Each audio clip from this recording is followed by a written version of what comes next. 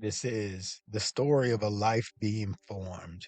This is the story of what happens when a life formed in survival is met by the truth of God.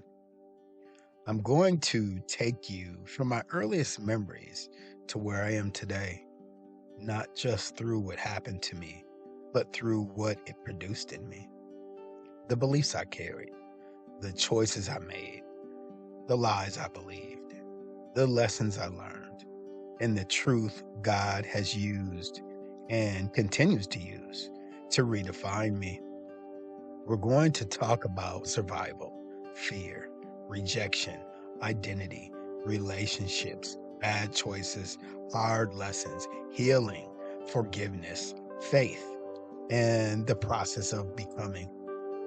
If you have ever wondered why you think the way you think, react the way you react, or struggle with the things you struggle with, this podcast is for you. If you have ever looked at your life and asked, how did I become this way? Or can God still do something with all of this? This podcast is for you. Because what formed you may explain some things about you, but it does not have the authority to define you. Welcome to Built, Not Broken. I am Timothy Ivy. And I didn't grow up learning what safety felt like. I learned what survival felt like. My earliest memories aren't toys, bedtime stories. They're the sound of chaos at the bottom of the stairs. They're watching violence couldn't stop. Memories of running through the neighborhood in the dark, climbing fences with my mother, trying to escape a man who was supposed to protect us. Before I ever knew words like trauma or abuse, my body already knew fear. I learned how to read a room faster than any child should, how to stay quiet, how to disappear, how to endure.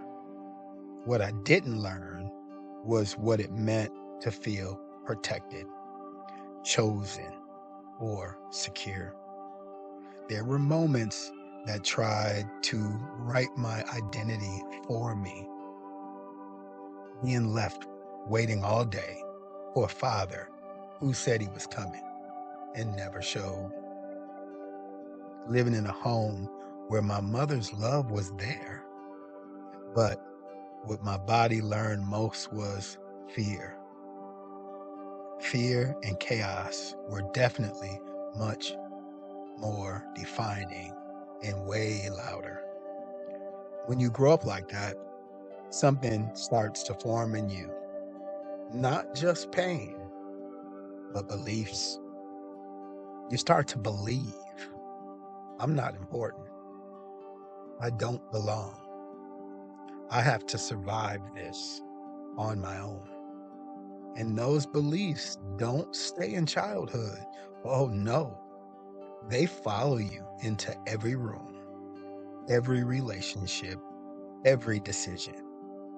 But here's the reason I'm telling you this, and the reason this podcast exists.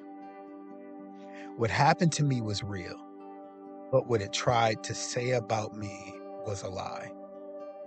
And the danger of those lies is that they don't stay in your childhood. They follow you into adulthood.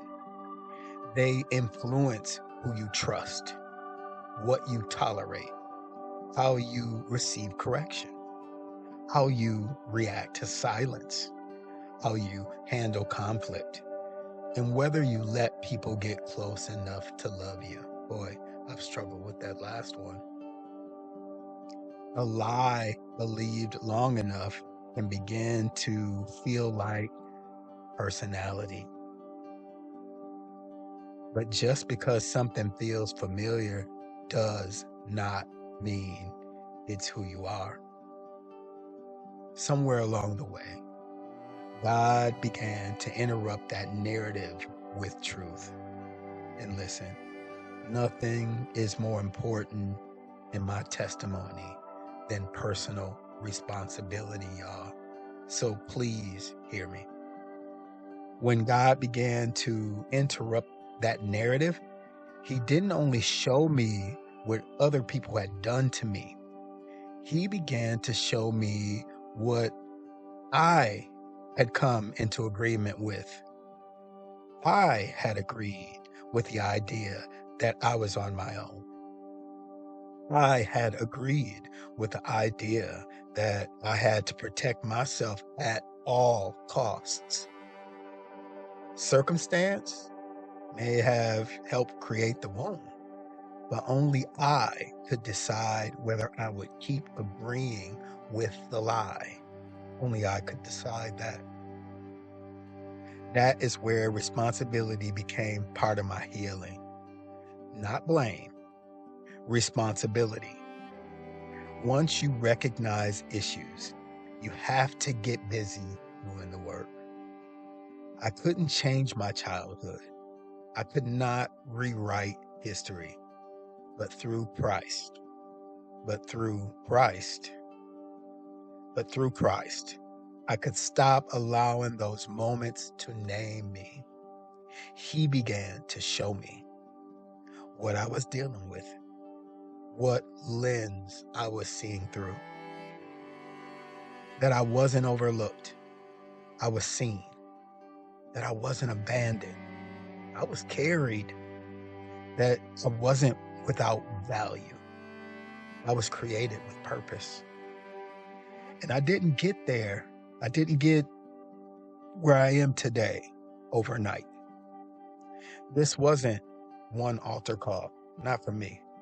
It wasn't just one scripture, one moment. For me, it was a process. It's been a process. It's still a process. A process of unlearning lies I thought were just my personality. It's not just your personality. A process of confronting pain I had completely normalized. I seriously normalized it. A process of letting God rebuild an identity that had been fully formed in survival mode. I need to say that twice. Process of letting God rebuild my identity that had been fully formed in survival mode. So when I speak now, I don't speak as someone who avoided hardship. Not a chance. It was totally the opposite. I speak as someone who lived through terror, fear, abandonment, rejection, and instability, and discovered that none of those things actually had the authority to define me. Those experiences had influence, but they did not have ownership. They had a voice, but they did not have the final word. They formed patterns in me, but they did not create my identity. My story is not about what broke me. It's about what couldn't. My story is not about what broke me. It's about what couldn't. And more importantly, it's about who rebuilt me. This show is for anyone who hears their own reflection in those lies. I'm not important. I don't belong. I am on my own. Every episode, I'm going to take you into a real part of my story. Childhood, survival, identity, rejection. And then we're going to hold it up against the Word of God, not to glorify the pain, to expose the lie, to reveal the process, and to show you that you are not what happened to you. You, my friend, are who God says you are. even if you are still in the process of becoming it. Now, let me take you back to how my survival story started. I was born to a teen mother. She was married at 15. By 18, she already had two children, my older sister and me. So from the beginning, my life was shaped by youth pressure and responsibility that landed on my mother way too early. My earliest memories, my first memories, aren't of birthdays and toys. They're of trauma. I remember sitting at the top of our stairs at 3, 4 years old, listening to fights that I didn't understand, but I could feel in my body. I remember the sound of yelling, my mother crying, the crash of things breaking, the fear in my mother's voice. I remember a night of running through the backyards and alleyways in the neighborhood with my mother, hiding, climbing fences, trying to get away from the man who was supposed to be our protector. By the time I was 5, my mother had left that marriage. She was a single mother of 2 in her early 20s, doing what she knew to survive. I didn't know it then, but survival was already being written into my nervous system. My father was already in a relationship he had started with his current wife before my mother left. It wasn't long before another man came into the picture and moved in with my mother.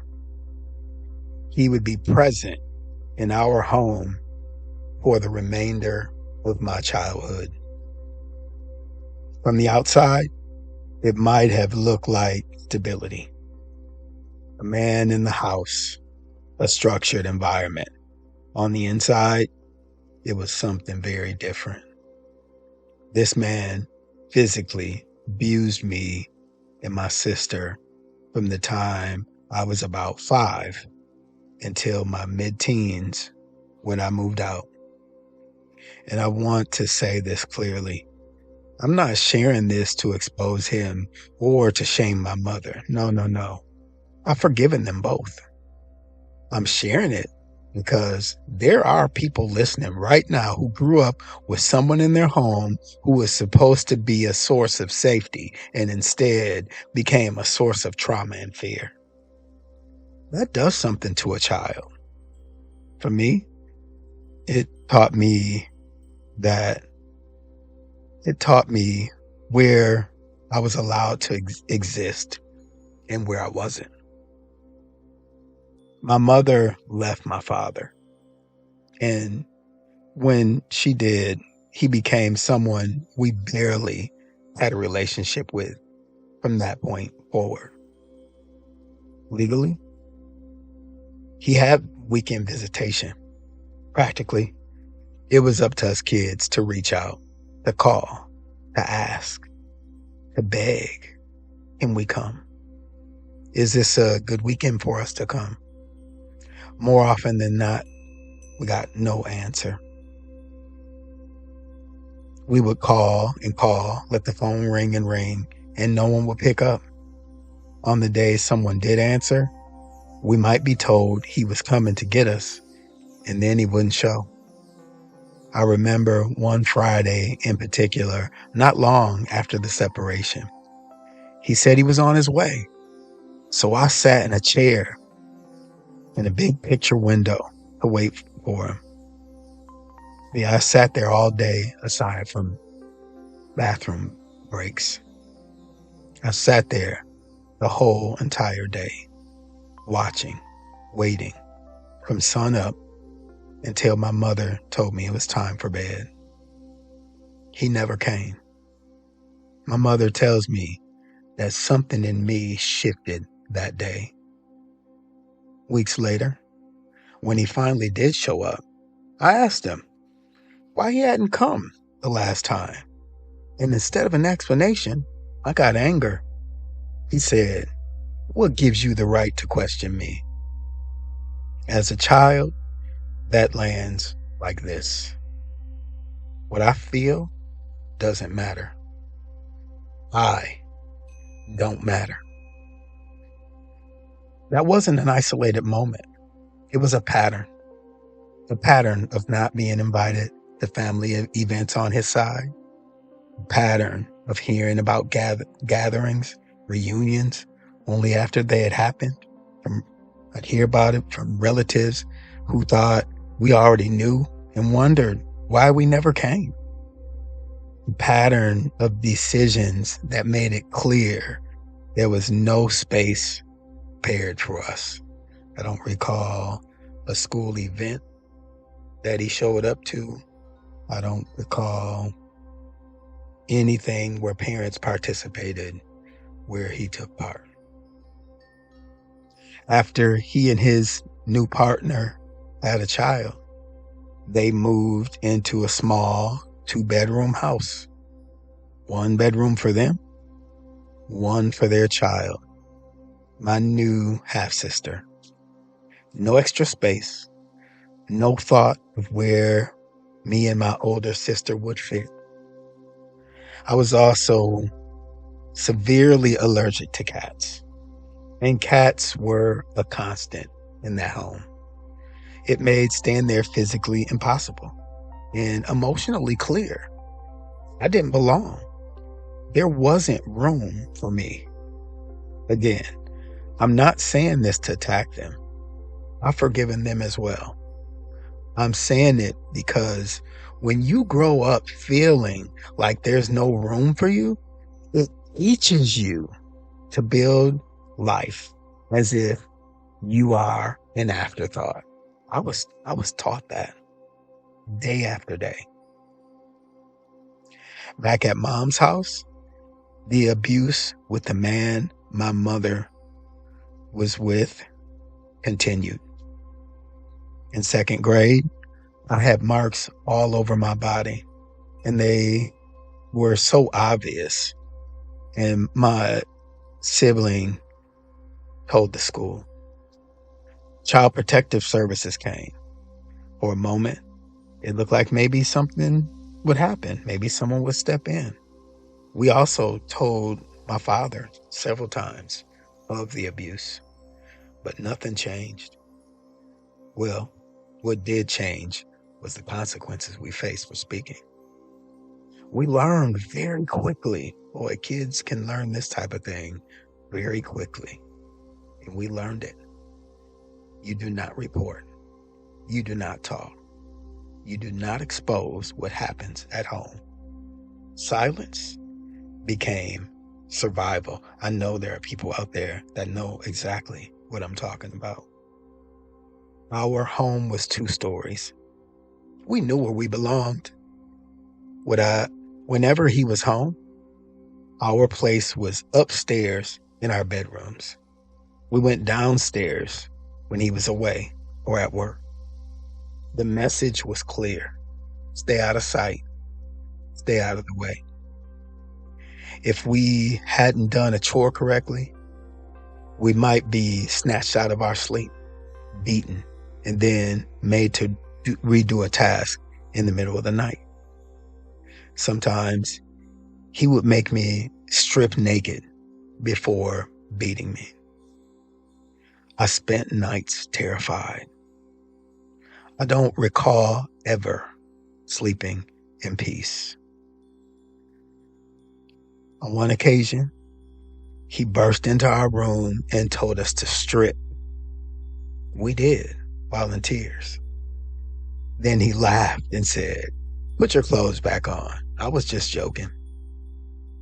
That kind of joke teaches a child that even their body is not safe from humiliation. Eventually, my older sister started spending most of her time out of the house and eventually joined the military to get away. By then, it had become clear that both the adults in our home were battling addiction. So the environment was unstable and unsafe. I had been working since I was 13, doing what I could to earn money. As things worsened, I started making money in the streets. Not because I was trying to be hard or impressive. No, no. Not because of any other reason than the fact that I felt like it was the only way for me to survive. I saved enough to buy a car, even though I wasn't old enough for a license yet. That car became my way of getting myself to school or work and to whatever hustle kept me afloat. I lived on friends' couches. I slept in that car. By 15, I was effectively living life on my own with no parental guidance. Sounds familiar, right? My mother had been on her own since that age too. And I want to say this. I'm telling you because there are teenagers right now living like this, thinking it's normal to raise themselves in chaos. Survival felt like strength, but it was also slowly convincing me that I was alone. That's a lot. And I share it not to make anyone the villain of my story, but to expose the conditions that tried to build my identity. I was taught by circumstance, by silence, by absence, that I was unimportant, that I didn't belong, that I had to handle life alone. Those were the beliefs survival wrote on me. Now, in the next part of this first episode, I want to show you how the Word of God confronts those beliefs and how He started to rewrite them in me. Because if you heard yourself in any part of that story, this isn't just about my past. It's about your present and your future. That's why I'm doing this. I don't want to leave you just sitting in my story. I want to bring you into the Word and let God speak into the lies survival tried to write on us, you and me. The first lie I carried was, I am not important. Now, I just have to say right here, when I read this verse that I'll read next, I'm not saying my parents didn't care or that they deliberately forsook me. No, I'm not saying that. I believe they did the best they knew how with what they had and who they were at the time, right? My mother came out of her own childhood of abuse, trying to survive and raise children in that reality. My father left Mississippi at, I believe, 18, trying to build a life for himself. And he may never have been taught by his own father. I don't know. He may not have been taught by his own father how to father a son, right? So this isn't about blaming them. It's about naming the gaps. Because even when the people who were supposed to be there couldn't be what I needed, God didn't agree with the story those gaps tried to write about me. I'm talking about the adult fruit, the beliefs formed in childhood. This isn't merely a childhood story. I need to say something that took me years to understand. Listen, survival did not just hurt me. Survival trained me. It trained me to be alert when I should have been at rest. It trained me to expect disappointment Before I expected love, oh yes, I did. I expected disappointment, not love. It trained me to become independent before I was mature enough to carry independence. It trained me to work, produce, provide, and figure things out, but not to receive help, trust people, or believe I could be safe. Never did it teach me that. Never believed I was safe. Never believed I could trust. Always was ready to work and figure things out. And some of these things I called strength were actually wounds. Being able to handle everything by myself looked like strength, but underneath it was the belief that nobody was coming for me. Staying guarded looked like wisdom, but underneath it was fear. Staying busy looked productive, but underneath it was something else. And I am not ashamed of the ways I survived. And that's why I'm sharing this with you. Those were the tools I had at the time. But God hasn't allowed survival to remain my identity. He wanted to heal what survival had taught me to believe about Him, about other people, and about myself. I needed to make that clear because honor, and I honor my parents, honor does not require denial. I honor my parents, and that doesn't require denial. Now, back to the lie I carried. I am not important. Now listen to how God answers that lie. Psalm 27:10 says, "Though my father and mother forsake me, the Lord will receive me." That means even when the people who were supposed to be there weren't, even when you were overlooked, forgotten, or left waiting, God did not agree with that story about you. He says, I receive you. I make room for you. I take you in. The lie was, I'm not important. The word says, I'm seen and received. The second line survival writes is, I'm alone. I have to handle this by myself. Psalm 46:1 says, God is our refuge and strength, an ever-present help in trouble. Not a distant help, not a someday help, an ever-present help. That means in the middle of chaos, the abuse, the unanswered calls, the nights you cried yourself to sleep, God was not absent, even when people were. The lie was, I'm alone. The word says, God is my ever-present help. And here's one more lie.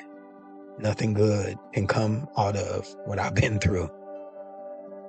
Romans 8:28 says, and we know that in all things God works for the good of those who love Him, who have been called according to His purpose. It does not say all things are good. It doesn't say that. It says God works in all things for good for those who belong to Him. That means the things that were meant to break you, the things that tried to define you, the seasons that taught you lies about your worth. Oh man, none of them have the final word. God can take even those pieces and work them into purpose. The lie was, my story is only damage. The word says, my story can be worked into purpose. If you recognize yourself in any part of my story today, if any of those lies sound familiar, I want you to sit with one question this week. What has survival tried to tell you about who you are? What has survival tried to tell you about who you are? What have you agreed with? What is it that you say, this is just my personality? This is just how I am. What voices do you hear in your head? Negative self-talk, if you have that. Now, what has survival tried to tell you about who you are? Not what you wish you believed, what survival has actually whispered to you in the dark. And then I want you to ask, what does God say instead? What does God say instead? Go back to these verses. Read Psalm 27:10. Read Psalm 46:1. Read Romans 8:28. Put your name in them. Let them confront the story survival wrote on you. Right? Next episode, we're going to start to walk through how that process began for me, how God started to rewrite those answers in my life step by step. Because you are not what happened to you. No. You are not what happened to you. You are who God says you are, even if you're still in the process of becoming it. I am Timothy Ivy. Thank you for listening.